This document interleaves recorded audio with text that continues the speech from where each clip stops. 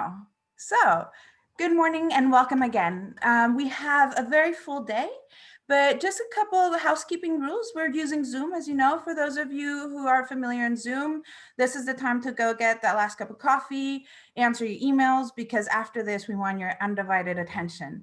For those of you who are new to Zoom, you have a couple of interactive possibilities, and please do use them because this webinar is made for you. You can chat, you can use the chat function, and underneath you have a little chat box, and there you can write questions to everybody, to the panelists, or one-on-one. Do ask questions, they are here to answer them. You can also share reactions. You should have a little reaction button. And that way you can clap. Can we see people clapping, or are you here? Are you awake? Can we see some reactions? Nope. All right, well, I'll welcome. All right, without further ado, let me us welcome in this day, the second day of this Celsius initiative. The goal of this conference has been, the focus has been Mission Possible, facilitating the heat transition in Southeast Europe. Southeast Europe, as I have come to learn in the past couple months in collaboration with our colleagues from REGEA, is an area full of possibilities, full of potential, and at the brink of a transition. So let's see if during today and yesterday, we can help that transition, connecting and inspiring. We have a very full agenda, so that's me again. As you can see, please don't be scared. It will be, the idea, the purpose is that it's going to be dynamic and interactive, and that you won't fall asleep or get distracted by those emails. So please close that email window.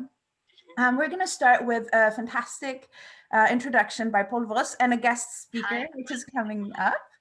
And then we'll have a panel discussion about local and regional planning for district heating and cooling.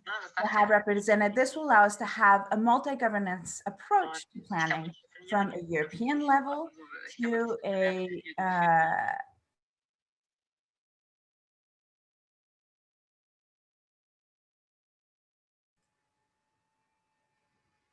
I believe I was muted. So thank you. And then we'll go on to, we're going to have the past couple of months, we have been working with our forerunner groups. Program we've started with support from the Commission to help cities plan and implement heating and cooling solutions. We'll hear some the experience from our first forerunner groups.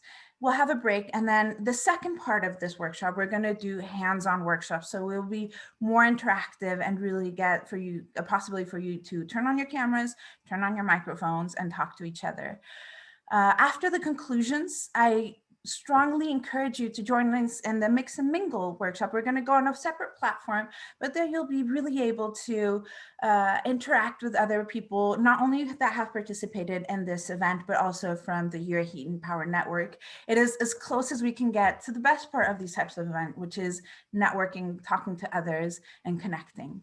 So without taking more time and bother you anymore, I would like to welcome to the floor our dearest guest speakers, Georg and Paul. Please turn your cameras on and your microphones, and welcome. So, surprise. Georg, it is really an honor to have you here. You are one of our fellow smart city enthusiasts, and I must say it really is wonderful to have somebody like you in the Commission supporting us and making sure that you implement the right policies and programs to help cities in this energy transition, since it's the cities that are empowered. So what do you have to say to the cities present with us today? Well, first of all, thanks for having me here. It's a surprise for me, and maybe also a little surprise for the audience, in fact. So yeah, thanks for inviting me. I think I will do a very quick run, like past, present, future. So cities have always been very important. Today, 75% of the EU's population roughly live in cities. So there's no way around cities, in fact. Again, all we do on EU level is at least 3/4 for cities, if you want. So now past. What we started at the 2000s roughly, maybe a bit earlier, with all kinds of city actions. You might have heard of the Concerto program. You might have heard of initiatives such as Civitas or the Green Digital Charter and so on. So cities is really on the let's say menu of EU policies since quite a while. And at some point we started thinking about a more strategic approach to that city's perspective, city's context. And what we started is actually a program of co-funded projects. And today we are counting 17 of these projects, the so-called lighthouse projects, involving 116 cities, really taking an integrated approach across the areas of energy, mobility, transport, and ICT. And this way really creating a blueprint for other cities in Europe. And that would also involve, of course, district heating and cooling, renewable heating and cooling, and its, let's say, connections to the other parts of that highly complex ecosystem. So I think the key word here is integrated and holistic. But there's another thing about these lighthouse projects, and that's really market uptake. And that's where the other, let's say, big initiative I'm also speaking for on behalf of that initiative is the Smart Cities Marketplace and the Smart Cities Information System, which were recently merged into one big platform, really trying to help people get their projects right, get their projects started and financed with private investment. So you see, we have on one hand, we have funding opportunities and activities which prepare, in fact, for the market, which demonstrate what's possible and bring the right tools in order to really approach investors to scale it up, to replicate it. And then on the other hand, we have the marketplace. Now that's the present, and it's already quite amazing to see also, like, I have to say this, the Celsius project has always been a pillar of this area, because Celsius has engaged itself a number of cities in this heating and cooling context. And that's quite important that we learn from each other. So this peer learning is also another aspect which is extremely important, and which makes this smart cities area so interesting and so amazing. So you can really learn something. And you have so many good people around, I can tell you, including these people all today taking part in this fantastic event. And now let me look for a minute into the future. So what brings the future? Well, there is one giant, let's say, program in front of us, which is the European Green Deal, which is extremely ambitious. And as we know, we are all together aiming at not less than having a climate neutral Europe by 2050, which is per se an extremely challenging and ambitious goal. Now, again, cities play a very, very important role here, because you cannot do this without cities, obviously. And it comes with no surprise that the European Green Deal provides a number of elements which are directly relevant for cities, for the urban context. We have the renovation wave, we have the energy systems integration strategy, we have a number of ICT and digital activities all over the European Green Deal. We have the digital agenda and so on and so forth. So also in the future, especially in the future, we need to build on cities and on their innovative ideas to drive the process of the Green Deal and to really make Europe climate neutral by 2050. I'm also taking part, if I may say so, in a workshop today. So we will be there to show you a bit, to tease you a bit on what we call the masterclass for smart cities. So the Smart Cities Marketplace will, from 11 onwards, give you a bit of a teaser what we are aiming for, and also the future activities we plan. And I think I will stick around a bit. So if you have questions or if you have comments or whatever, I'm here and I would be available in the chat. And with this, I would give back to Emilia, and thanks again for this nice opportunity to say something. Thank you very much. Thank you, and thank you for being so flexible with us. And exactly, I think that, thank you for pointing that out. The masterclass this afternoon is a teaser, I think, and it'll be great. And it's part of the collaboration we want to do, because collaborating, something you point out, is really important. We can't do this on our own.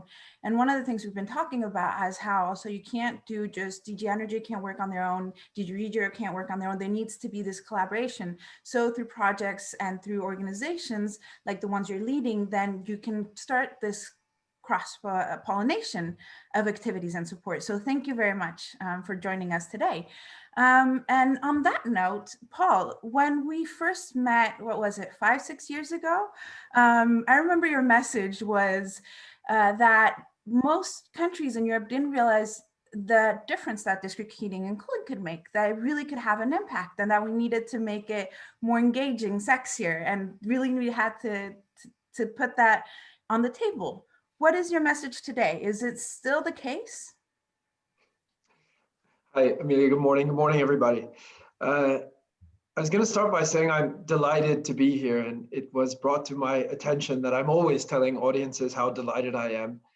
And if I'm honest, sometimes I'm delighted to be sitting at home staring at a computer talking to an audience I can't see, and sometimes I'm a little less delighted. But today I'm sincerely and genuinely delighted to be here, because I love this initiative, and I'd even go so far as to call it a movement. I love what Celsius represents.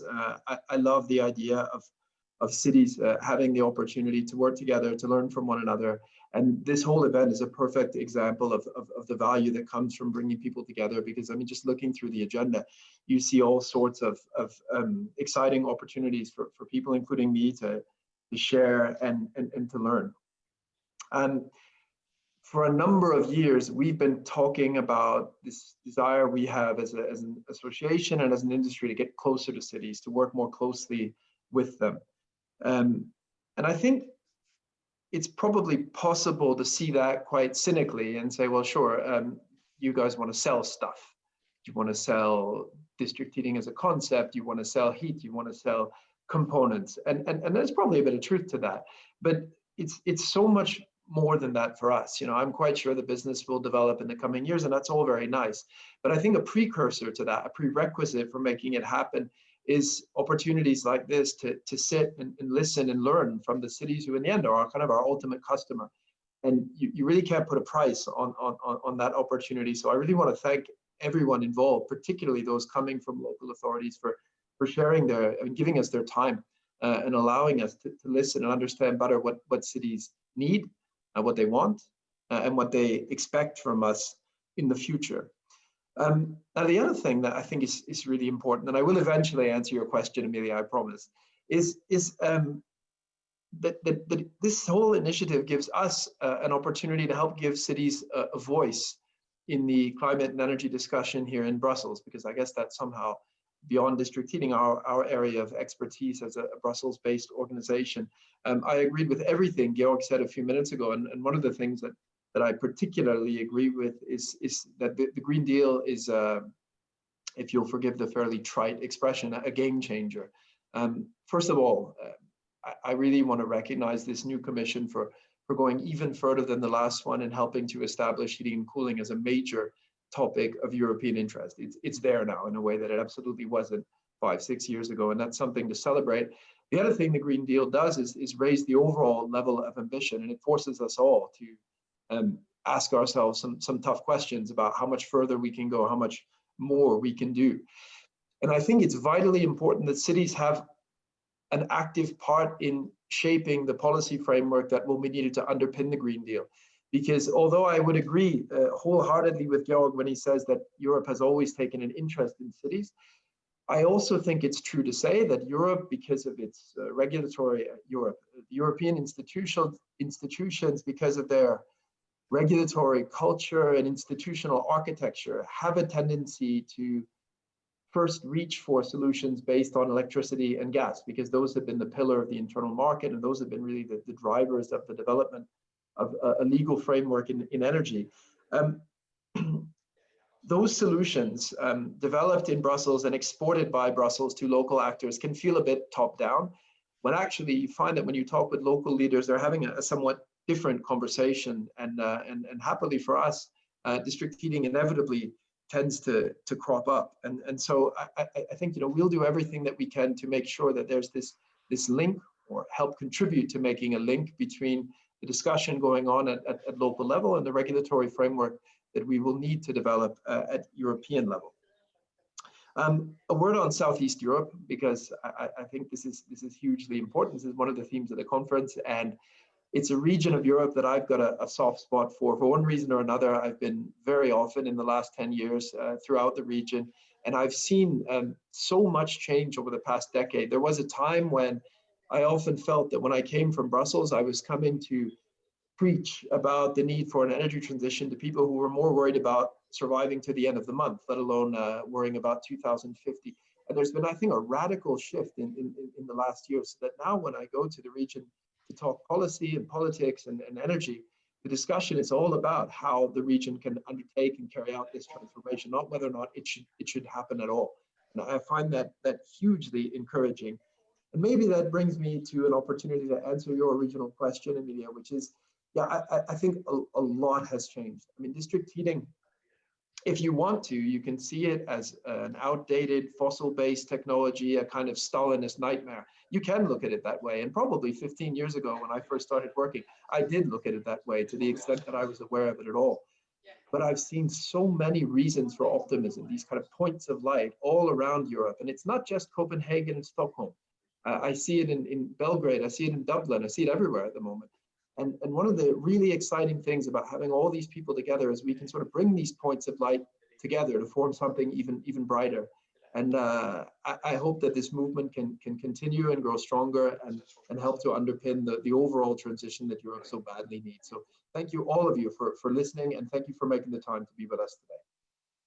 Thank you for that point, Paul. Very, very interesting. And I think what you mentioned about this connection between what is being said or the policies being implemented at a European level, how do those trickle down? That's actually opens perfectly for our next panel discussion about local and regional planning for district heating and cooling. So thank you very much, Paul, for that inspiration. And will you stay around a little bit for the discussion afterward?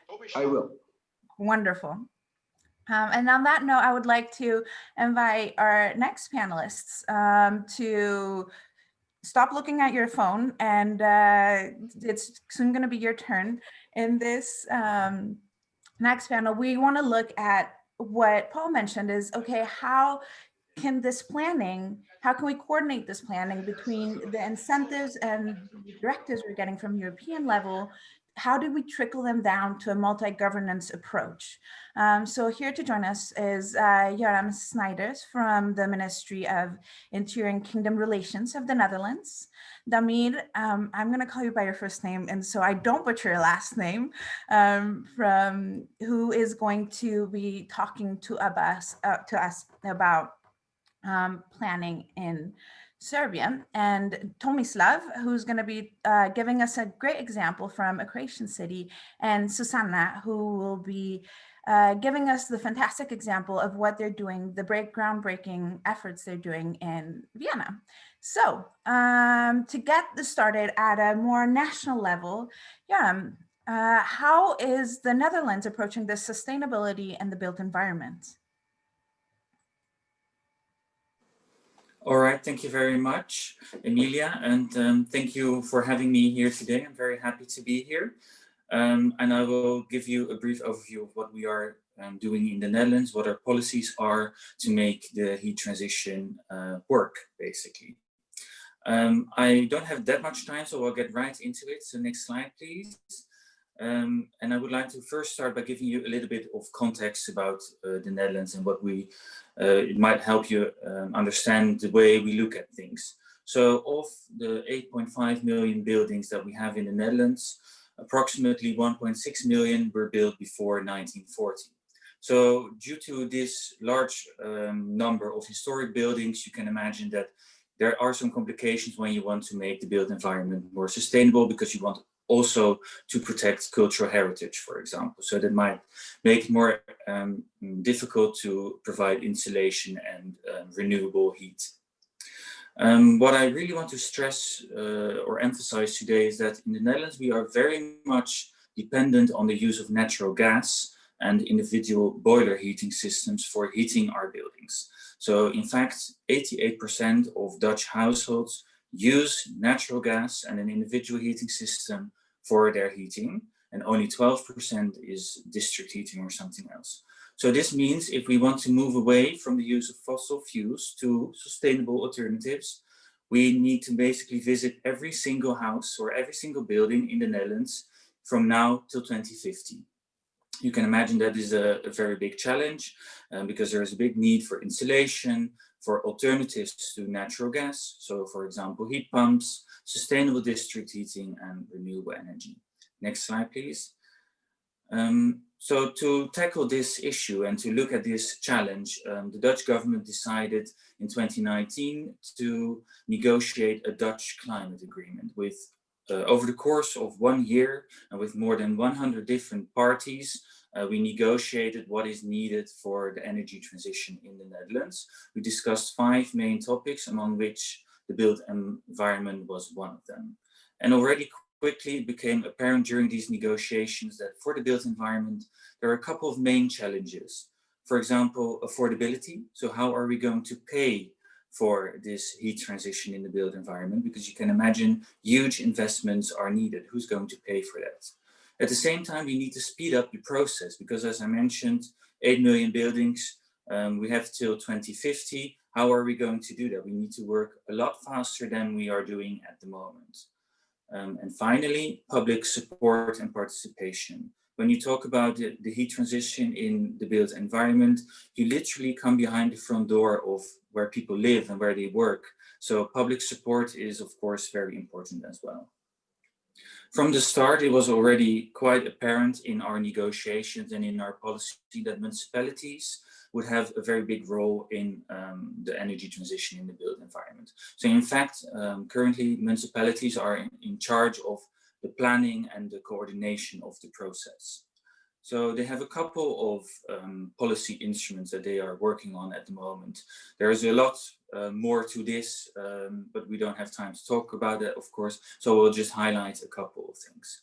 So for example, municipalities are together working on regional energy strategies at the moment, which are basically strategies to determine where and how renewable energy and renewable heat is available and where it can be used in a particular region. So how can we divide the scarce resources that are in a region among the different areas, the different neighborhoods in that particular region? Of course, this is a very complex puzzle, and through the regional energy strategies, we try to make that puzzle fit. Then we have the heat transition visions and heat transition plans. That is more on a municipal, local level.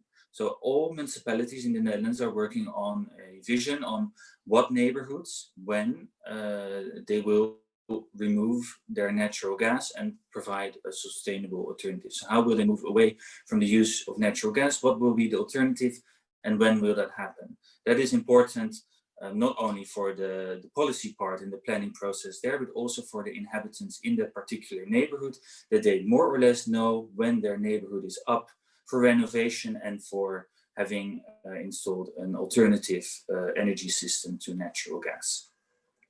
Of course, it's all very much a lot more complicated than I say here. It's a very complicated process, but I think these instruments will help to make the process more easy. And then finally, quickly, because I realize I'm running out of time, the next slide, the district-oriented approach as an example on how we try to do this in practice. So we want to make existing neighborhoods natural gas free. So we want to remove the fossil fuels and provide a sustainable alternatives. But the fact is we don't know exactly how to do that. We have never done that before, at least not on such a large scale. So that is why we have started a pilot program with, at the moment, 46 pilot neighborhoods where existing neighborhoods will find an alternative to natural gas. And the goal of this pilot program is to learn and share knowledge among the different municipalities, the different neighborhoods, on how this works, what mistakes should be avoided. And what we try to do in this pilot program is really try all types of different techniques, different types of buildings, different types of inhabitants, just to make sure that our learning effect is as big as possible. And here also the municipalities are very much in the lead. They submitted the plans to the national government, and we, the national government, supported all neighborhoods with funding, approximately €4 million per neighborhood, and a knowledge sharing platform to make sure that it doesn't stick only to the 46 neighborhoods that are participating, but that all remaining 300 municipalities in the Netherlands can benefit as well. So very briefly, I touched upon a couple of things. If there are any questions, please feel free to discuss them during the panel discussion or contact me later. Thank you very much. Thank you, exactly. So as Jan pointed out, please do write your questions in the chat. And so we will take this up and maybe also try to draw some comparisons between the different countries presented in this panel. So thank you very much. So following this very positive approach, I would like to invite Damir from Slovenia to tell us what the situation is in your country, strategic heating and cooling planning, and what are some of the positives, but also some of the challenges you're facing. Thank you, Emilia. Okay, yeah, we are quite busy at the moment. Commission is making us busy. We have to transpose directives, energy efficiency directive, renewable directive, and also we are dealing with the buildings, and we are transposing all these requirements and targets into our national legislation. At the moment, we are preparing the law for the renewables, and also we prepared recently energy efficiency law. Last year, the National Energy and Climate Plan was prepared and defining the framework for the implementation of all activities tackling heating and cooling sector. And we are at the moment also preparing comprehensive assessment potential for efficient heating and cooling. We started a long time ago also to prepare our local energy action plans, which can be compared to sustainable energy and climate action plans. And at the top of all these activities, the local utilities and the local district heating system and cooling system are preparing their own business plans and projects. So this is a classical top-down approach, and we realized that it's not working really, because the connection between local and national planning is very weak, and the goals are not transposed to the local level, and the design of the measures and support at the national level is not really reflecting the battle which is going on at the local level. And so there was a need to introduce something new in this approach, and we did it in twofold. The first one is that we are going also to prepare our national strategy for heating and cooling, because in all these strategic documents we don't see the implementation part which is needed at the business level. At the same time, we were lucky that district heating and cooling sector was very active and started practically in year 2016 after the strategy for heating and cooling at the European level was prepared. They started to develop the sector with more ambitious targets and with new plans, and also establishing 3 pillars for their activities. The first one is now reflected in energy efficiency first rule, and they also started to introduce renewables and renewable electricity in the sector. And recently, we also prepared a benchmarking study for this sector, reflecting all the investment needed to be implemented in terms of high efficiency production, introduction of waste heat, introduction of fourth generation of district heating, at the same time trying to develop business model which is now not just centralized supply but also decentralized, and introducing sector coupling. And what is the situation now? If you take a look on primary energy factors for this sector, the main challenge is how to introduce more renewables. You can see here that the green parts of the primary energy factors are rare, and that, but at the same time you can see that we have some forerunners which are very efficient. In general, next slide please. In general, our sector is quite efficient. 90% practically of all district heating in Slovenia are very efficient, but at the same time they are fossil fueled. And therefore, the main challenge is how to change this situation. For all these activities which were planned in investment, you need a very strong mapping, modeling, and planning approach. And we started at the local level with the modeling and the mapping. And here you can see the map for one city, which is forerunner in terms of developing sustainable heating and cooling in the town. You can see the district heating network, and we analyze what is the potential of extension of this network and how to increase the district heating supply. And we were surprised that just extending for 100 meters on both sides of the district heating network, we can double the potential of supply of district heating. And why is this important? This is very important because if these systems want to survive, they have to extend, because the consumption of energy on the demand side is going down due to energy efficiency measures, and it is essential for them to develop sustainable. On the right-hand side, you can see the blue stream that is underground shallow geothermal potential, which is also based on the mapping and modeling of the shallow geothermal energy potential.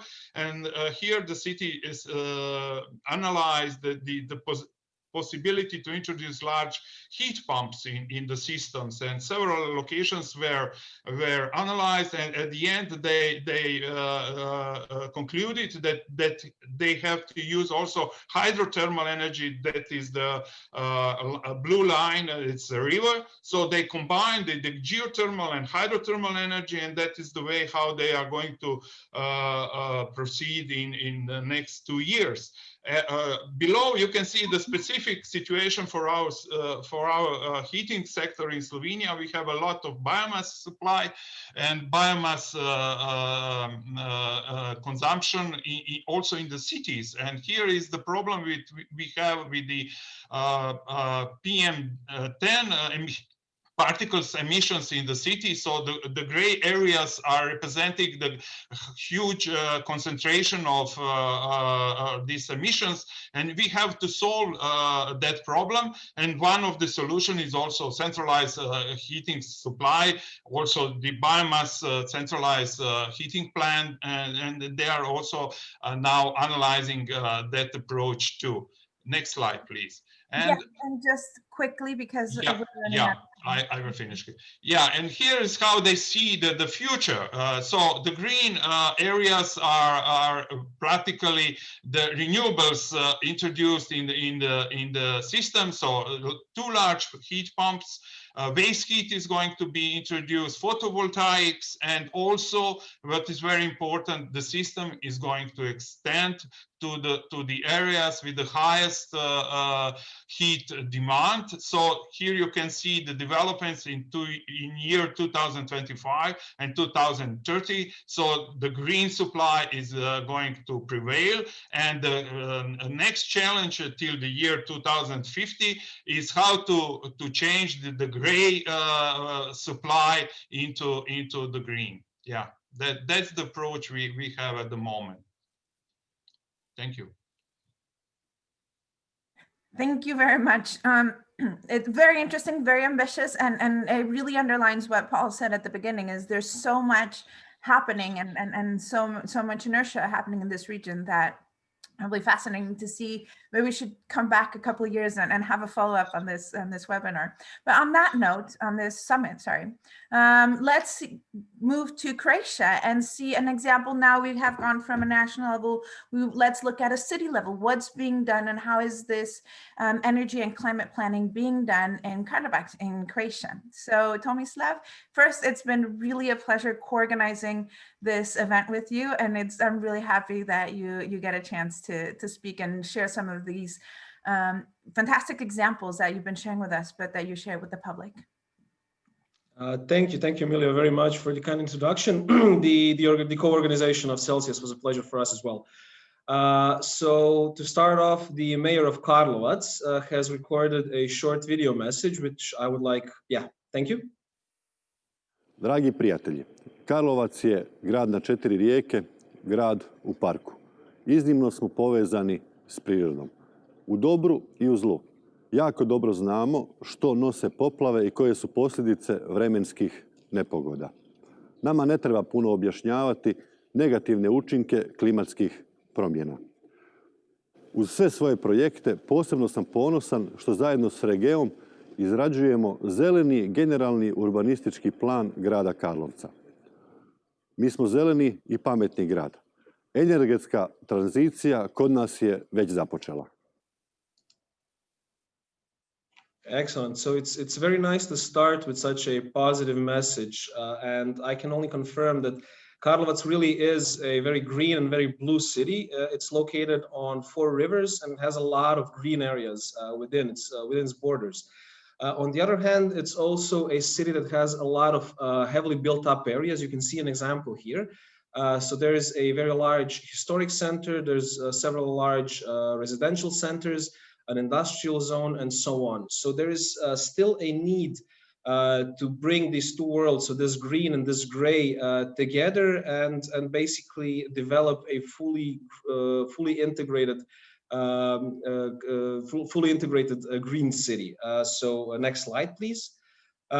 We're very proud to basically have the pilot project of the development of the first green spatial plan together with the city of Karlovac. Unfortunately, Croatian cities traditionally don't have a lot of capacity and a lot of possibilities to explicitly tailor their energy and climate strategies. This is usually restricted to SEAPs, SECAPs, and similar plans and strategies which are usually voluntary. The tax system in Croatia is also fairly centralized, making it quite difficult for cities to implement incentive schemes or levy fees for unsustainable practices. So it is quite difficult to actually implement and mandate energy and climate measures. On the other hand, when we talk about spatial and zoning plans, cities around the world have fairly explicit tools and options to mandate what goes where. And once something is in a spatial and zoning plan, it basically becomes law and it is very difficult to avoid. So this is something that we would like to utilize to define a city's energy and climate policy. You can see an example of how energy is treated in current spatial plans, at least in Croatia. So the red represents district heating and the green represents natural gas. And unfortunately, you can see that natural gas dominates, and even worse, that there's a lot of overlap between natural gas and district heating, which is of course a waste of resources and also hinders the development of carbon-free and carbon-neutral technologies. With the implementation of this project, we're hoping to change this. So aside from district heating, we would also like to use this opportunity to define low carbon zones or even climate neutral zones. We would like to mandate the use of green infrastructure wherever that is possible, and so on. Next slide, please. How do we do that explicitly? So the key idea here is basically to take the energy and climate measures prescribed within the city's SECAP, so that's the Sustainable Energy and Climate Action Plan, and directly integrate it into the various levels of spatial planning that a Croatian county, that's basically a region, and the cities have. So by using this, we will empower a city to fully and explicitly and define and mandate climate and energy measures, and basically with this define the policy as well as the development pathway that the city wants to take. And with this, basically our cities will have the tools that they need to become proper, smart, green cities in the near future. There are some examples of this happening around Europe, and if I'm not mistaken, the next presentation will actually present something very similar from Austria. So with that in mind, I won't take up any more of your time, and thank you very much for your attention, and I'll be very happy to take any questions. Thank you very much, and thank you for sticking to your time. Susanna, last but not least, so now we went from Norway, we're crossing Europe, and now we're going a little bit back up. Also, Austria has a very special historic and current relationship with Southeast Europe. So we're very thankful in that you're here with us today. So in Vienna, you are really leading this energy transition, improving that once a city is empowered, that the difference that they can make at different levels, policy implementations, and how you really need to have this coordination between different actors. So how is the transition to the heating system in Vienna happening? And because you are still also, like in many of the cases we heard before, very dependent on fossil fuels. Yes, I will try to show you this in a quick presentation of mine. So yeah, my name is Susanna Erke. I'm working for the city of Vienna in the Department of Energy Planning. And here I'm the spatial planning expert. So more or less how to locate and connect energy consumption and consumers with producers. So, and how to cover the energy infrastructural needs coming from this. So more or less energy logistics. And this brings me to the transitioning concept of the heating system in Vienna. So where do we stand and where do we want to go within the next years? Next slide, please. Yeah, perfect. So brand new, we have a new coalition agreement in Vienna. So I guess it's 1 month old. And the two parties decided on a new target. So we need to decarbonize Vienna until 2040 right now. And two sectors are very important for this strategy. So the mobility sector, of course, and the heating sector in our city.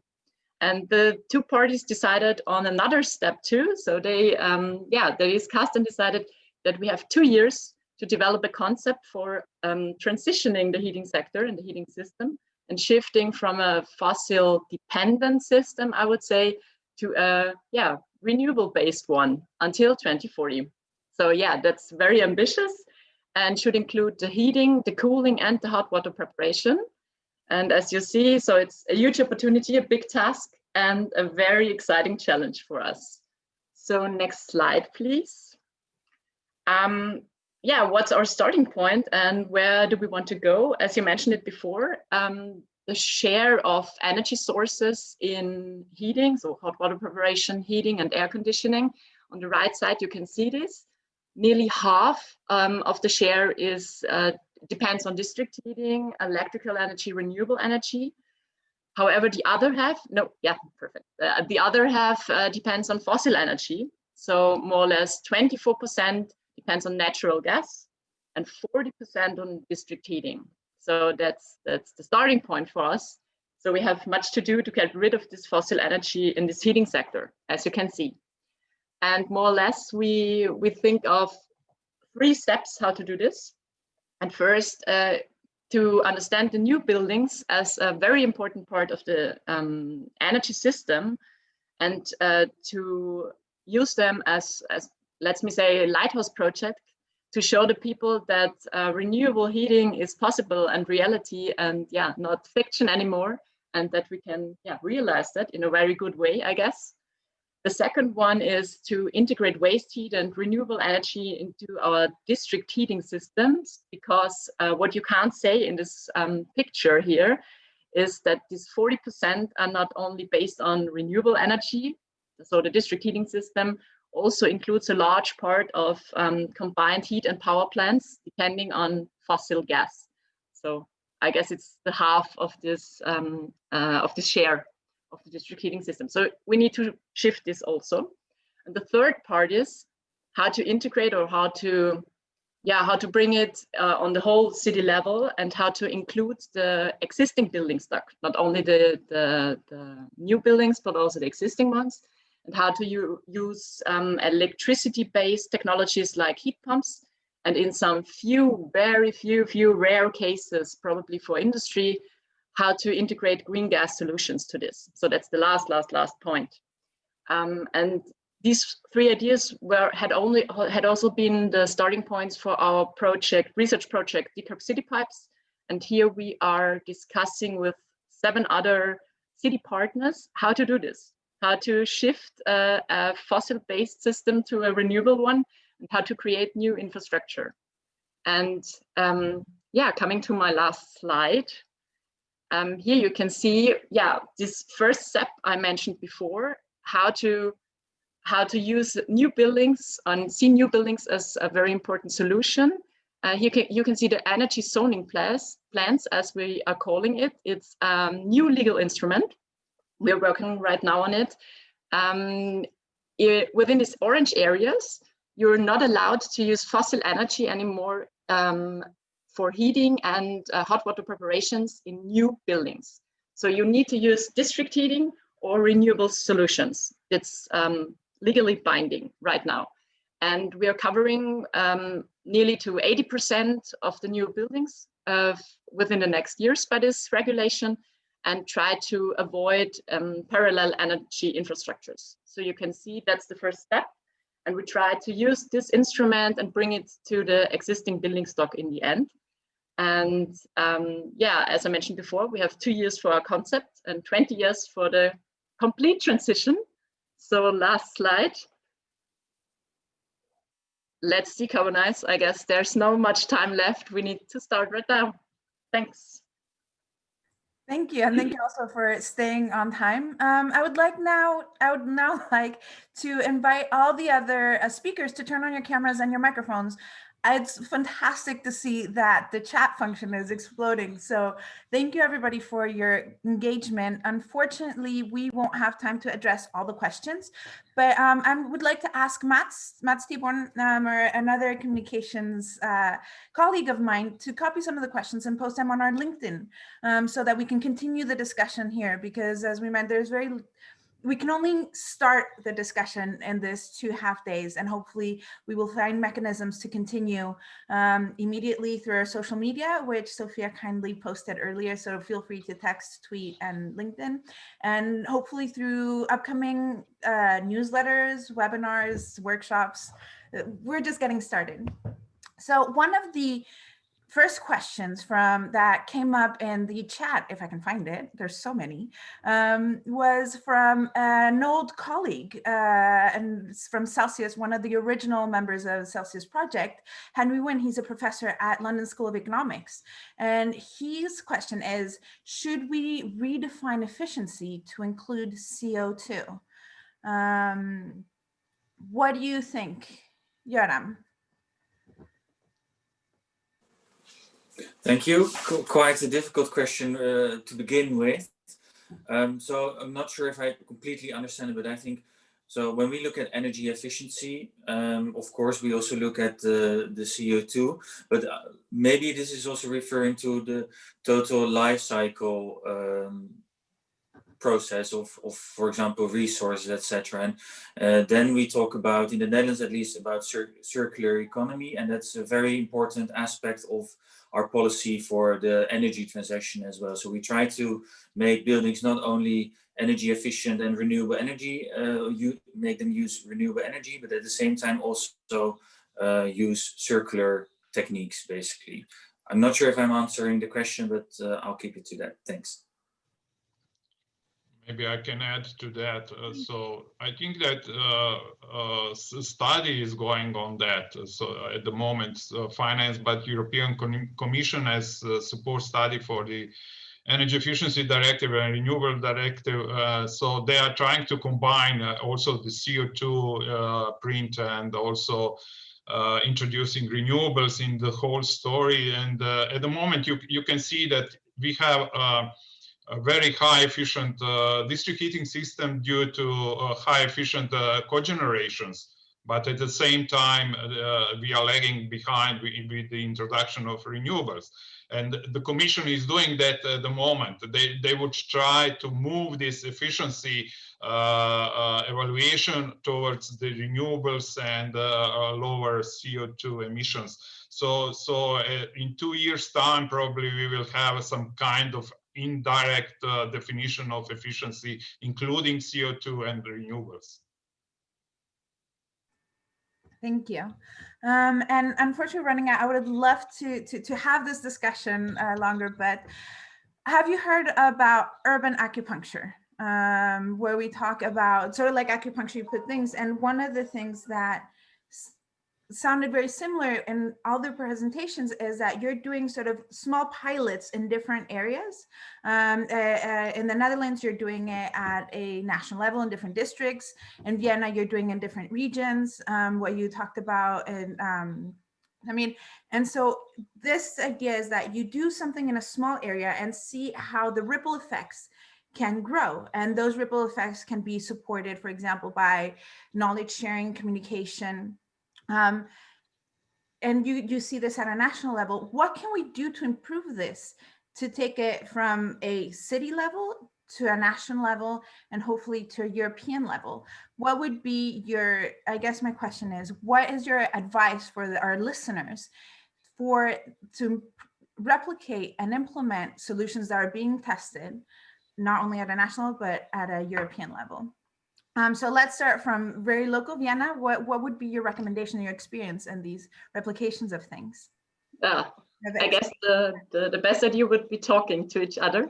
That helps a lot with this problem. And yeah, let me redefine this a little bit more. So the local plans, these energy zoning plans, are active for the whole city of Vienna, but only in the areas where district heating is available or can be expanded. So we did a city-wide solution right now for the expansion to the existing building stock. Of course, here we have these lighthouse projects, and we're starting right now with this. And we're seeing, like before, with the new building regulations, we have to talk to many people and company owners and to get an idea about financing, legal regulations. So we need to communicate within the city center, but also, yeah, all the other partners are relevant to this, I guess. So a lot of stakeholder engagement at different levels. Yeah, really important. So the city, yeah, tries this a lot, and we're trying to focus on that a lot and to combine all the people in, yeah. What about in Karlovac? What would you say in Karlovac and Croatia? How do you facilitate the replication of solutions like this? Yeah, so my immediate comment to that would actually be that I think that what the Commission would need to do, in my opinion, is empower cities and regions to make these types of explicit and mandatory decisions. It is very difficult to try and make a legal framework on a national or even European level that would somehow define good planning processes, because that will be quite different between a large and a small city.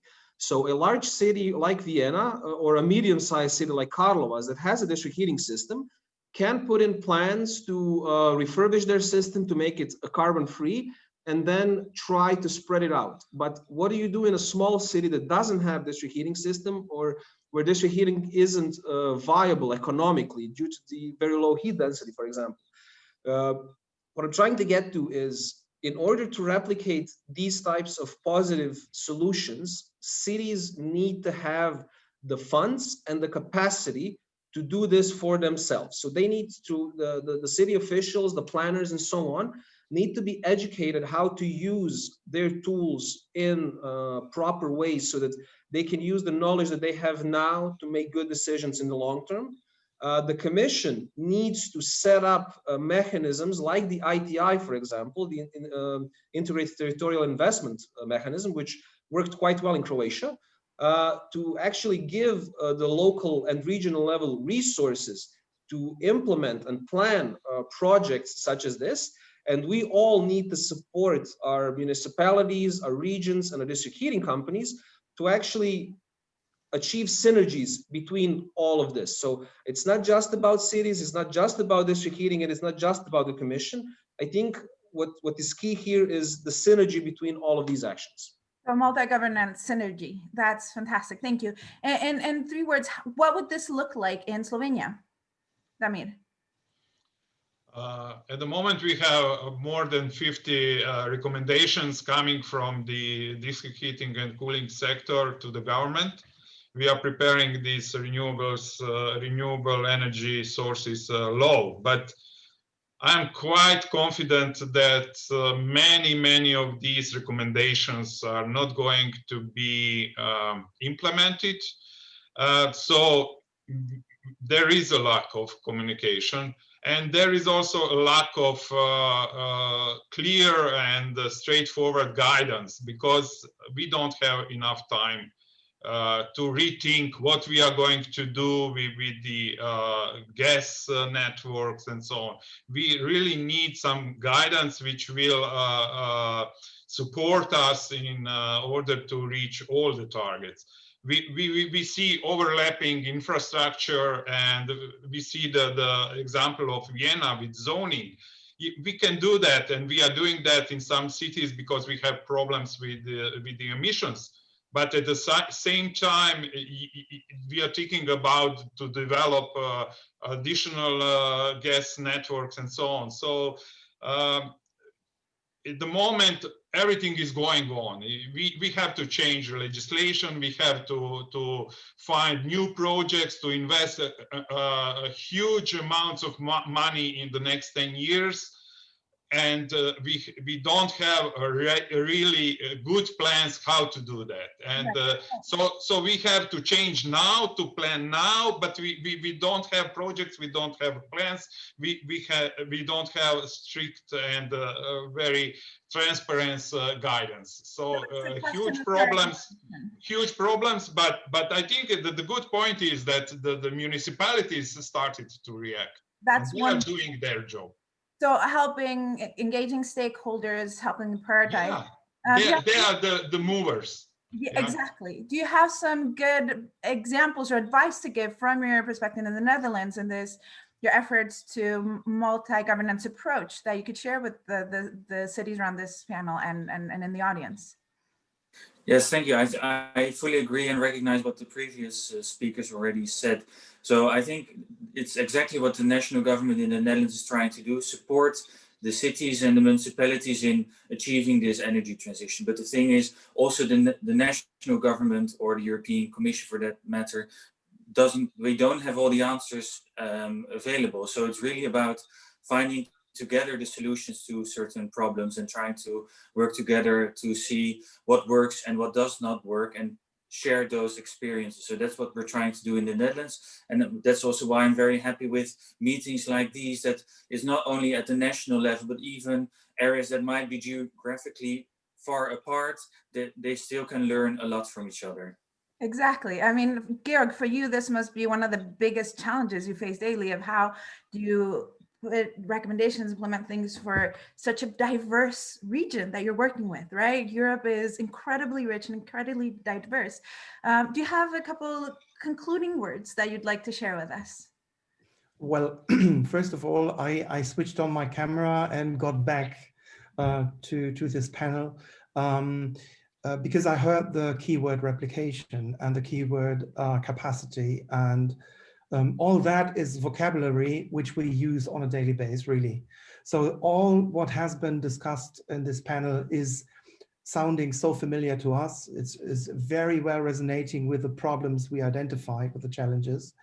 And what I would like to add to this panel, where I cannot offer the solution for everything. I mean, who can actually?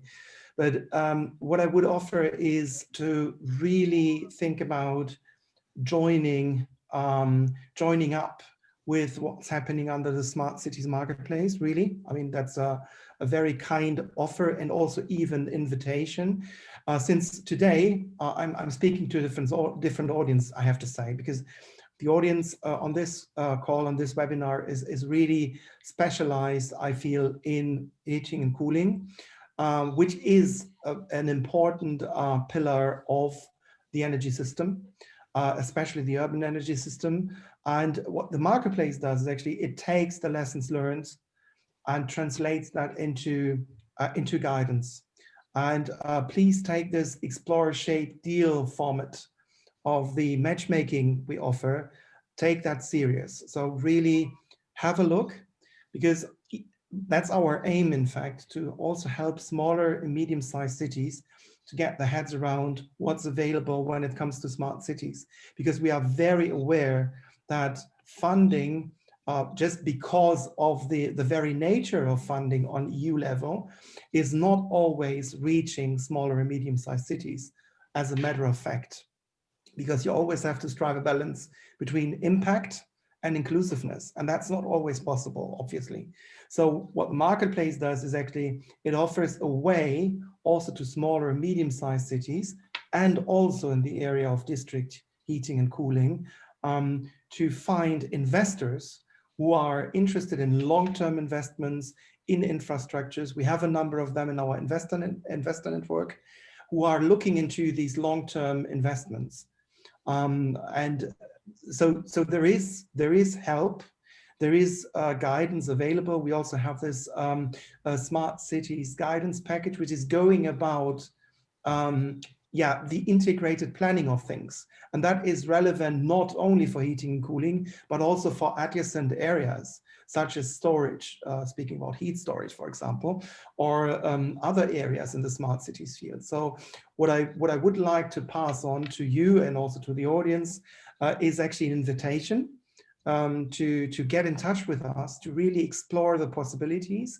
And I would even go further and invite the Celsius project and the Celsius cities to proactively share their lessons learned with the wider community, so that we make some sense out of it, and that we really enable this peer learning and this peer capacity building, if I may say so, because that's so much needed. And we cannot do that, all of that, top down, as Joram rightly said. I mean, it's really it's about collaboration. It's about a shared interest for Europe. And that has to come top down, but also a lot of that has to come bottom up. And I feel that the cities who just presented are very well in that position to share their experience, but also the things which didn't work, as this is also very, very important. Share the, sorry for the word, share the fuck ups you had. Really, share what didn't work. Tell everybody, don't do that. And also share your success stories. And I guess we are there to help you with that, to really make it a movement. I don't know who used the word movement, but that's exactly it. We want a movement rather than a top-down sort of instructed, guided strategy, which is needed. But as again, and that's, I think, the bottom line of it, we can't do without the cities. And we should do all that together rather than doing it separately from each other. So that would be my conclusion, maybe. Thank you. Thank you very much for that. And yeah, we're definitely looking forward to collaborating with you, as pointed through the masterclass, which will follow up in January and February. And I think one of the things, before I move on to the next, thank you all the cities and national and researchers that were part of this panel. So I hope that what you mentioned earlier, Georg, about peer-to-peer collaboration, sharing stories, sharing lessons learned, actually is a perfect transition to the work we've been doing through our forerunner groups. And I would like to use that opportunity to transition to our next panel discussion, which is the Celsius forerunner groups. And I will start by giving a short introduction To those of you who are new to Celsius, and those of you who are familiar, don't fall asleep. I have some new slides for you, so pay attention. But the Celsius mission, our purpose is to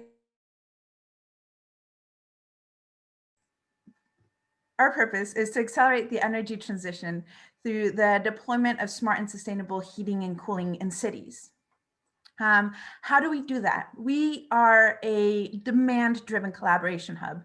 And here I'd like to stress on the point of demand-driven, because something that we've heard a lot is sometimes when you come up with solutions or suggestions and you say, here's the answer, but we haven't asked the cities, is this what you need? Is this the challenge you're facing? So this is what we're trying to do in a constant dialogue with our member cities. And by Collaboration Hub, we don't have all the solutions. There are already plenty of solutions out there. So how can we connect with them? How can we replicate? And this is why we support innovation, replication, and scalings of pilots and demonstrators. Too much time, money, too much time and effort has been gone to developing innovative pilots, and then we send up the report to the commission or to the funders, and that's it. We need to adapt and replicate them. And innovation has different definitions depending on the country. And this is also something that we've noticed throughout the many years that Celsius has been going on, is something that is a common practice in some countries is completely new in others. So how can we share that? We do that through continuous knowledge sharing, through a monthly newsletter and webinar. We usually pick one topic per month and have a newsletter at the beginning to introduce a subject, and a webinar at the end of the month to have a discussion and deep dive with leading experts in the field.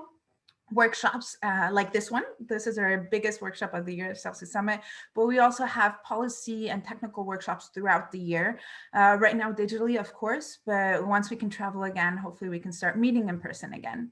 And the Celsius Toolbox. For those of you who are not aware of the Celsius Toolbox, is here we gather solutions from many projects, from many research positions, and upload them, try to translate them in a way that's approachable and tangible for everybody. And for the nerdy ones of you, you can just read the introduction and click down and you'll find all the nitty-gritty reports there as well. As we talked about before, all this is great, but if we don't have the right policies in place, it's difficult. So we want to be, what Paul mentioned, we want to be a voice for cities in Brussels and vice versa. So because if only Gothenburg or only Karlovac goes to Brussels and say, hey, I think this, it's one thing, but if we all get together, agree on a common challenge and present our voice together, then hopefully we will make a bigger impact. And last but not least, what we've also noticed is sometimes cities need this hand-on support, this approach of how do better understanding the challenges. Sometimes it's not exactly the ones we thought, and brainstorming around solutions. So this is why through our forerunner groups, we want to be a sounding board for cities. We want to help them look at the big picture and identify the missing challenges. This is done through a co-creation process with cities and this peer-to-peer support. We constantly, and for the forerunner cities and the audience, constantly asking you, what do you think of this? How can we improve it? Is this good enough? And we support this. We want to do this to support you, the cities, plan and implement sustainable heating solutions. This is to avoid costly mistakes. That too many times we see cities investing a whole lot of resources into big infrastructural development, and it goes wrong, and it gives district heating and cooling, which is really a good solution, a really bad reputation.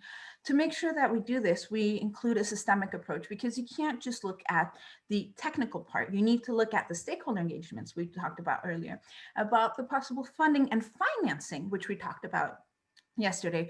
What are the policies at the national and city, national and international level? So we really try to make sure that we have this in these groups, and different groups have different focus. So we've got our forerunner cities, and they each gather. Some of them are just getting started, and there we help them understand the benefits, planning, what tools are available. Some of them already have a system in place, but it's heavily based on fossil fuels. So we try to help them move away from fossil free. One way to do this is a huge potential is residual heat, urban residual heat, from, for example, the underground, from sewage water. There are many, many examples. One of our sister projects, Reuse Heat, focuses on that. And This also leads to lowering of the temperature, which makes the system more efficient. So we have a group focusing on helping cities lower the temperature in their systems. And the planet is just getting warmer and warmer. So heating is necessary, but we need more and more cooling, where we really see a lack of solutions and deployment of sustainable cooling solutions. So hopefully we will help cities kickstart that. Quick note, for the moment, we've just started with the getting started, residual heat and low temperature, and how now in the first half of 2021, we really hope we will have a fossil-free and cooling group. So cities out there, if you're interested, please contact me. We're looking for spearheads and forerunners in those groups.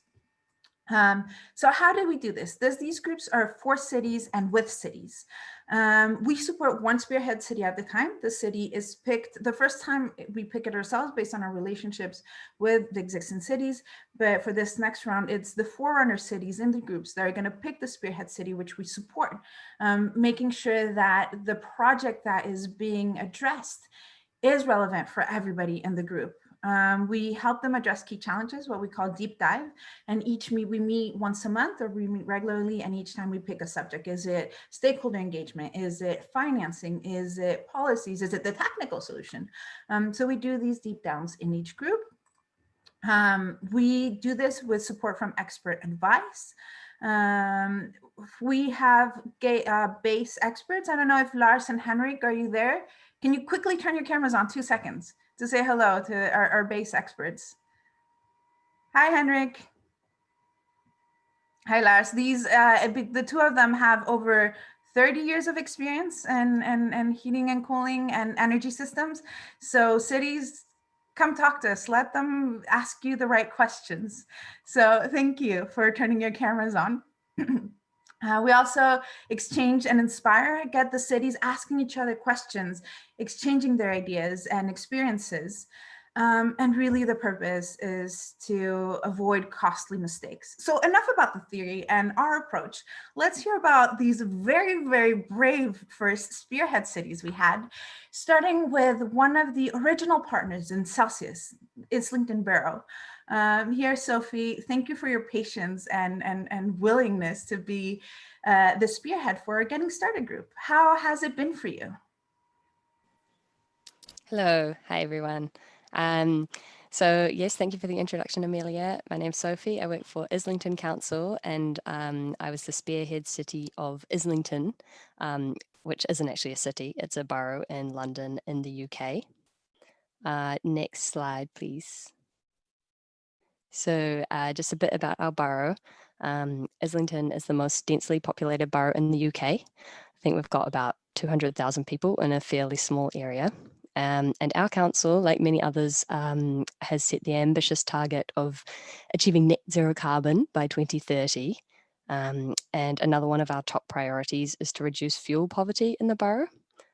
So basically, for both of those goals, heat networks can be a really, really good solution. We have one heat network already. It's called Bunhill. It's been in operation since 2013 and has recently been expanded to take waste heat from the underground. But most importantly, we are in the design stage of a new heat network called Green Skies, which is our focus at the moment and is what we spoke about most in our Getting Started group. Next, please. So a little bit about Green Skies. So like I said, we're in the design stage. It's a 5th generation low temperature heat network. And the network itself will be fueled purely from waste heat from a data center, some boreholes, and also possibly from the underground tube system. And so these sources will heat a network of water to between 10 and 25 degrees, which will then be upgraded by heat pumps at each connected building. It's going to be an integrated system. So at an operational level, it will connect with solar PV generation to run some of these heat pumps and also charge some batteries. And we'll also be incorporating electric vehicle charging points and vehicle to grid as well. So it's not just a heat network. We're kind of hoping there'll be a large involvement of electricity as well. And the idea is that all of these operations come under one smart control system, which will monitor and optimize all aspects of the system. So it's quite ambitious. Yeah, we're currently in the design phase, which is being led, the technical design is being led by London South Bank University. And the whole design process is being funded by Innovate UK. So we're very lucky in that sense. And our role at the council, you know, we're not doing technical design or anything like that, but we're just here to kind of facilitate the concept and to guide the design into something realistic, something buildable for the council, and just make sure it aligns with all of our goals that I mentioned. So the main ones being net zero carbon and addressing fuel poverty. So yeah, this is all pretty new to us. So we're asking for all the help we can get, to be honest. Next, please. So we put our hands up to become the spearhead city for Celsius in the Getting Started group. So this basically involved a 1-hour meeting every fortnight where I would give a quick presentation on a new topic, followed by group discussion with everyone. There's usually 5 to 10 of us. And the topics included heat mapping, overall concept design, commercial models and financial models, and both social and institutional stakeholder engagement. And we had some really, really valuable conversations and got lots of advice and guidance, which was really good. Yeah, like I said, heat networks are fairly new to us. They're pretty new in the UK. And while we do have our existing heat network at Bun Hill, we're kind of, Green Skies is like a whole new level of complication, I think. So we're all, yeah, this is all pretty new to us. We feel like rookies. So I really, really valued the group, to be honest, of just having like a safe space to share ideas and hearing real life examples from Europe, talking to people who, yeah, have actually done it and they know what they're doing. And also, yeah, I think just getting reassurance as well, because obviously there were lots of things that we were doing fine, and just getting that reassurance from others that have done it, that we were on the right track was really, really valuable. So yeah, the whole experience was really positive for us in Islington. So I would definitely recommend other cities to get involved, especially if there are cities here from the UK. I would love to hear from you as well and be part of your groups. So yeah, I would definitely recommend it. Thanks very much. Thank you, Sophie, for that very positive feedback. Quickly to our next, John. You were the spearhead for the Urban Waste Heat Recuperation Group with one of the projects you've developed. We can't see you. Is your camera, maybe you can turn it on and off again? Yeah, try it again. Let's try. Huh. Well, we have to have maybe imagine John's face, or maybe it'll turn on. So John, you have managed to get so much done in such short time in Dublin. Let's see if you can be as quick as in that and running through your 9 slides presentation. You have 5 minutes. Thanks. Yeah, I'm going to use my Irish superpower of speaking really fast. Sounds good. Yeah, so I guess just to say, yeah, my name is John O'Shane. I work with CODEMA, who's the non-for-profit energy agency for Dublin, who support the 4 Dublin local authorities in achieving their CO2 and energy efficiency targets. And we act as the advisors, I suppose, on a lot of the district heating development in the city. Next slide, please. Yeah, and the project I'm talking about today is the Tala District Heating Scheme, which utilizes waste heat from a data center in Tala in the south of the city. Next slide. Yeah, so I'm going to skip over the CO2 and sector coupling elements of this slide and just mention the 3 things, I guess, that make the project unique in Ireland, at least. So it's the first non-for-profit public utility in the country. It's the first district heating network to use data center waste heat, and also we've used a sort of a new procurement approach, I suppose, more of an output-based procurement approach. Next slide. So yeah, I guess the groups themselves, I suppose, you know, they're very much city-led but industry-augmented groups. So the cities very much shape the discussions that are had within the group, so based on their own personal needs. And then essentially what happens is we present, or what happened in our group at least, is we present our approach as we think we're going to go ahead with. And then, if we have any specific questions or if there are any barriers that we've identified, then kind of getting advice from the group on those. And the areas we kind of focused on then were pricing structures, contract negotiation, and the expansion of the network. And I'll kind of touch on the outcomes from each of these in the next slides then. So yeah, slide. Yeah, so just to give an overview, I suppose, of the contractual relationships at play here. So the network itself is owned by the non-for-profit South Dublin District Heating Company, which was set up by the council. And we've got a design, build, operate, and maintain contract with an ESCO over a fixed term contract. So the district heating company essentially buys the heat from an ESCO at an agreed price, so agreed during the tender process. But obviously there's provision in there for some indexing and periods where waste heat mightn't be available and stuff like that. But I guess it's a fixed term, so after the contract runs out, the district heating company do have the option to potentially take over the operation themselves, or again appoint the same ESCO or another ESCO after that 10-year period. And just the other kind of agreements, I suppose the district heating company will also have supply agreements with the customers on the network, and have agreements with the data center themselves, which deal with everything that's important to the data center, in terms of water quality, like the contract, communication protocols, and all that kind of stuff. So yeah, next slide. Yeah, so in relation to kind of the procurement and the pricing, then I suppose we use this kind of output-led approach to procurement, which kind of allowed us to leverage greater capacity, I suppose, within the private sector, and keep the focus very much on the outputs, so on the kind of CO2 content of the heat, the renewable energy content of the heat, and then of course the heat price itself, which was bidded on by the bidders during procurement.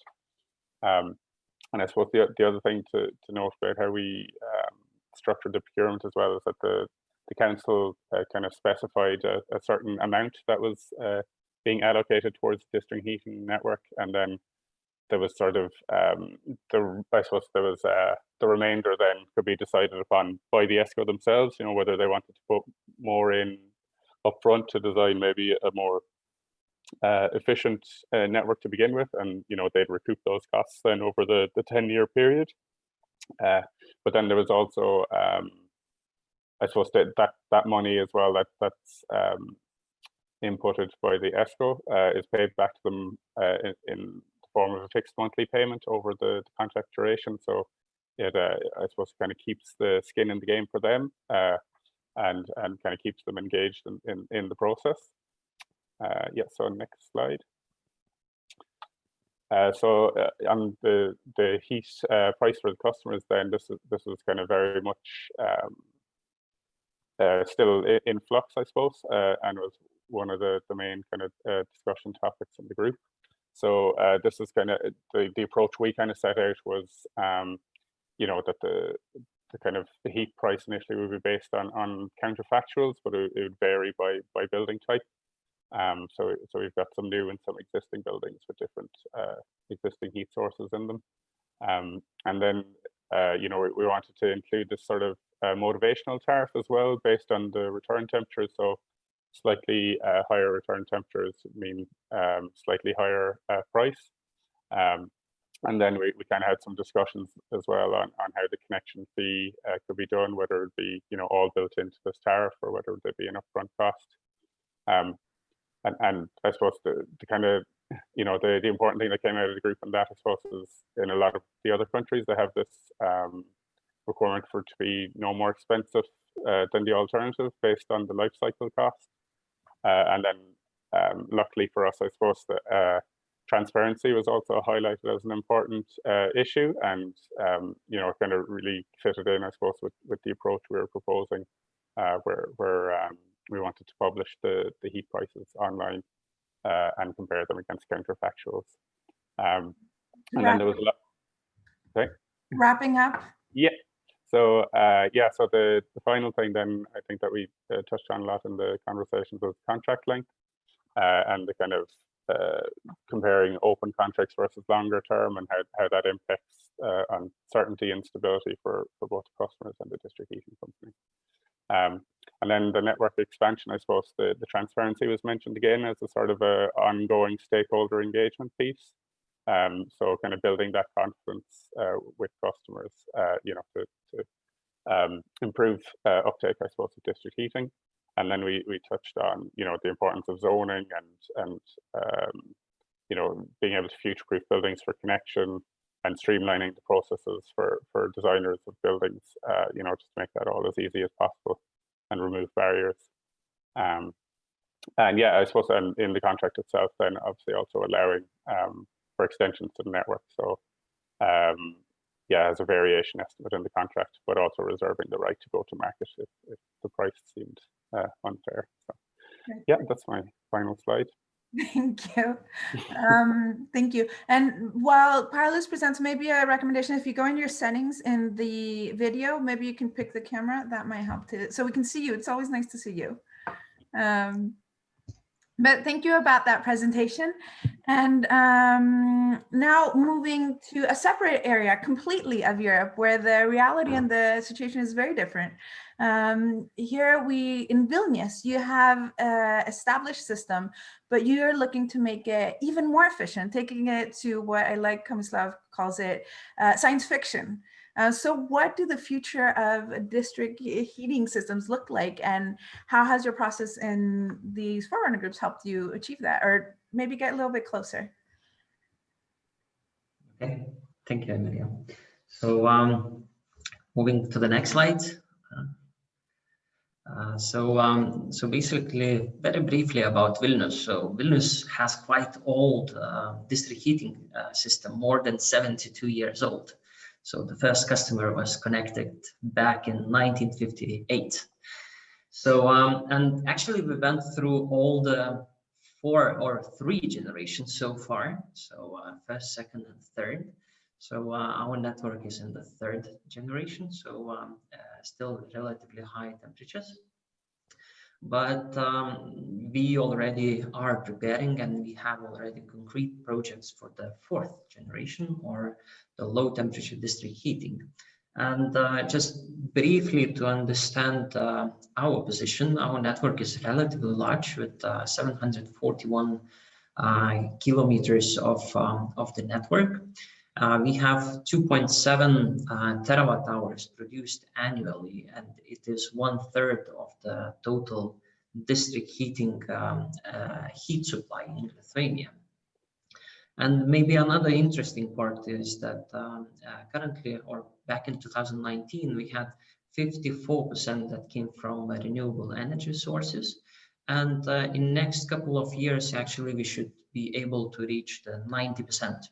There are already power plants being built for the biomass and waste to energy. Some of them will launch. They are already in the testing phase, so they will be fully operational next year. And biomass additional capacity will come in next year or 2. So, so 90% will be from the biomass and waste to energy, and only 10 will be from the gas. So maybe let's move to next slide. So as I mentioned, as we are growing through all the generations of the district heating networks, so currently we are already planning for the 4th generation, so low temperature district heating. How we are defining it, it is 65 degrees supplied and 45 back. So we have already identified 4 areas in Vilnius, 2 of them in the north and west. They are newly developed areas, and 2 in the center of the city, if we can call it. They are conversion zones from either industrial to multifamily buildings, or from private houses to multifamily buildings. So in those 4 areas, we intend to to have this 65 supplied and 45 back, and this temperature will be the same through the winter as well as through the summer. So we will be able to prepare the hot water from the district heating without any additional heat pumps or something like that.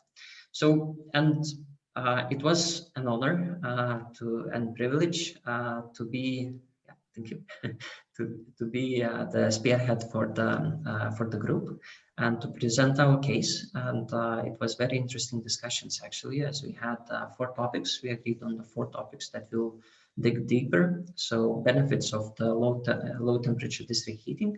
So we have expert from France who was presenting his experiences on the potential benefits.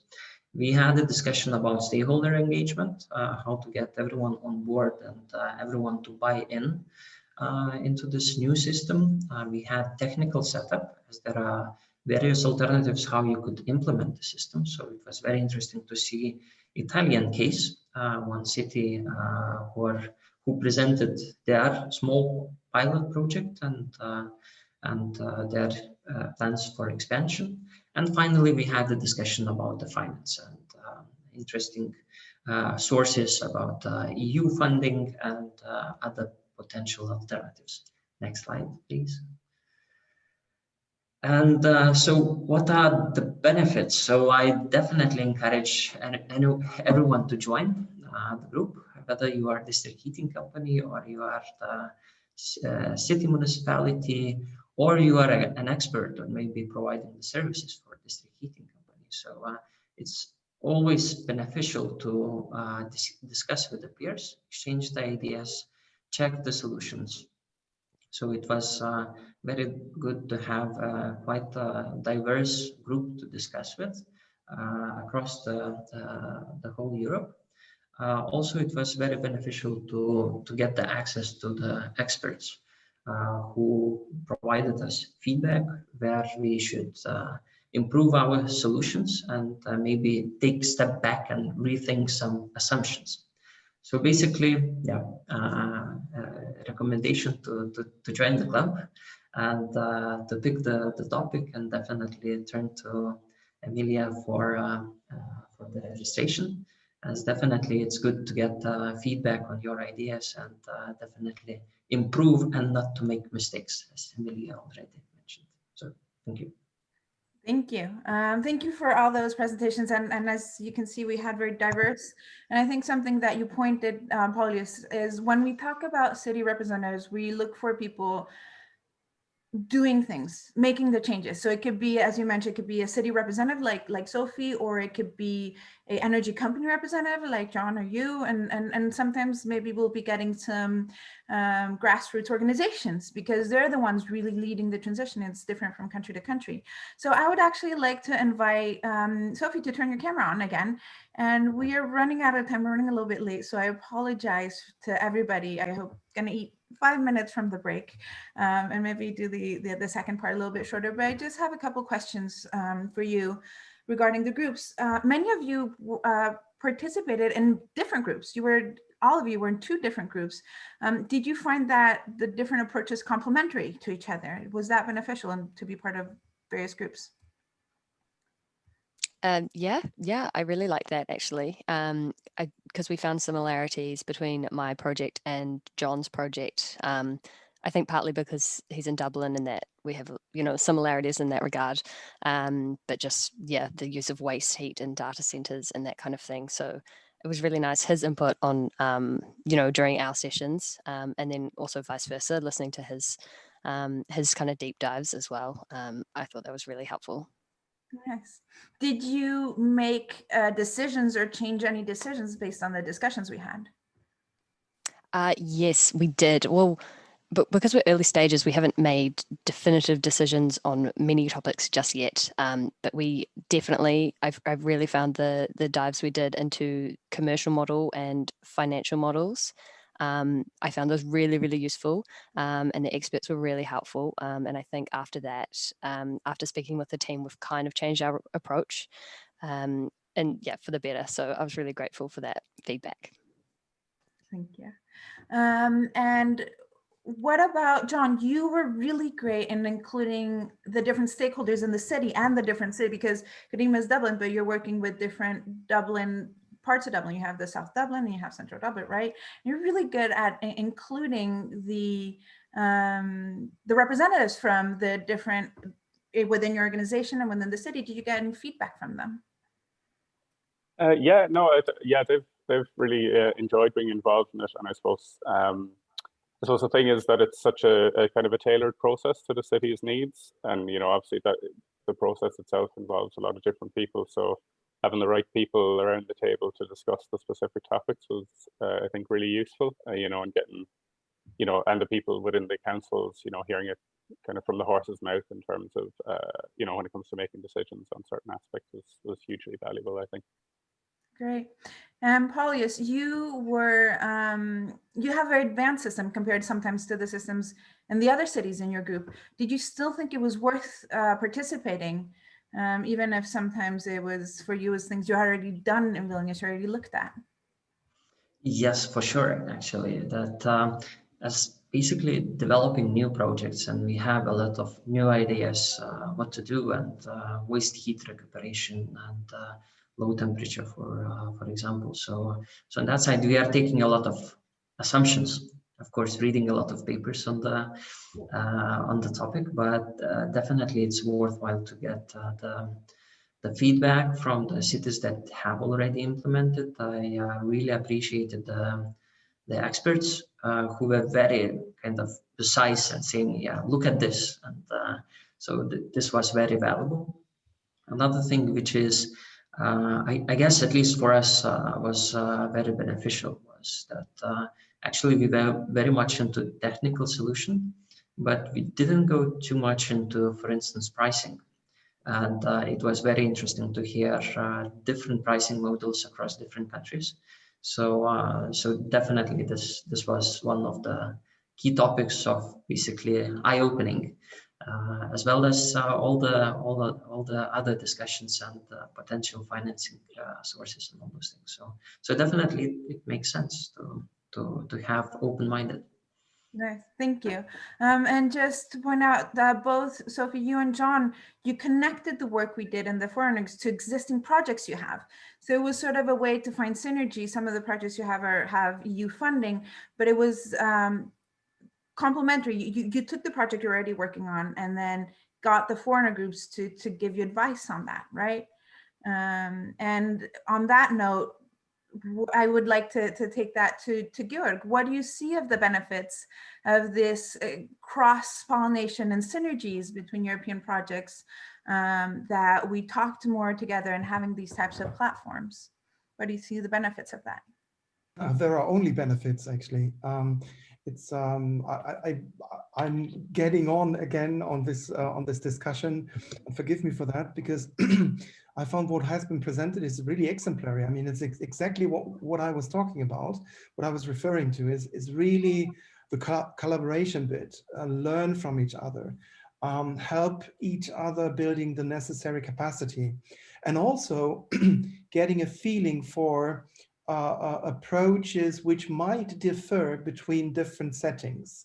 So like the different pricing models, for example, or the different approaches with stakeholders. That's also, in the end, it's also a cultural thing. I mean, an approach which might work in Southern Europe might not work in Germany, for example, or in UK, and so on. So this is really true peer learning, what we are experiencing here. And I would really underline once again that this is exemplary. This should be the standard, really, to provide stakeholders with direct insights on how things work, how they can tackle certain challenges and problems, whether that's regulatory, whether that's procurement, whether that's technical. I think there's a very steep learning curve.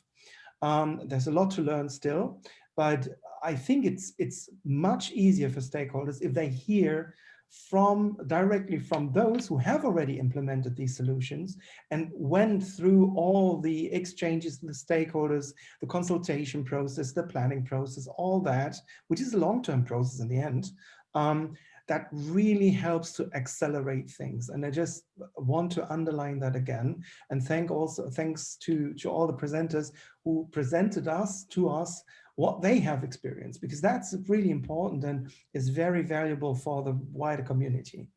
So thank you again, and yeah, collaboration is key, I believe. It is, and on that note, I really want to insist and that we are doing a second round now. In January, February, we'll get started. We are looking for spearhead cities. We are looking, always open to forerunners and experts. So please do contact us if you want to be part of this.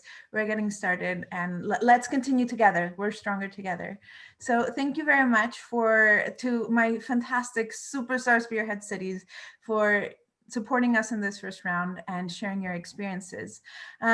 We are running late, as sometimes could be expected. So we're gonna have a short break, 5-10 minute break. And then when we come back, we're gonna do hands-on workshops. This will allow you to turn your cameras on, turn your microphones on, and engage. But before we get hand-on, I would like to ask our moderators for the workshops to please turn your cameras on and microphones on now and give us a 1-minute description of the workshops you're going to be leading. So yeah, and I believe Georgia, are you here with us to talk about the Smart Cities Marketplace? All right, well, while he turns his camera on, Sophia, you're going to be leading one of the workshops on the Smart Cities Manifesto. What can participants expect from that workshop? Thank you, Emilia. I will be briefer than 1 minute. I would just say we work on a shopping list that the Celsius cities address to the European Commission. So I think everybody likes shopping, and especially if you don't have to pay. So if you want to join, if you want to share your experiences, if you have ideas of what could be still improved, especially on EU level legislation, please join us for this workshop. It's going to be fun and we're going to be creative. Thank you. Tomislav, you're going to be leading the workshop on moving forward in Southeast Europe. What can participants expect from that workshop? Yes, exactly. So just to say it up front, so this workshop will be in Croatian and it is closed. So basically you're joining this if you were invited. So the basic idea here is that this will be the second district heating roundtable that we have initiated with the Croatian Chamber of Economy. And the idea here is to talk about the legislation surrounding the Croatian district heating sector. Thank you. And last but not least, we've heard Georg talk about this all morning. And so I think people are really, really excited to join this workshop. What can we expect in this Smart City Roadmap Masterclass? Teaser. Okay, I do hope that people will join us. So basically, we will present the masterclass. It's a 2 days masterclass designed for entities that want to develop smart cities projects or connected with district heating. So everyone is welcome to join us there.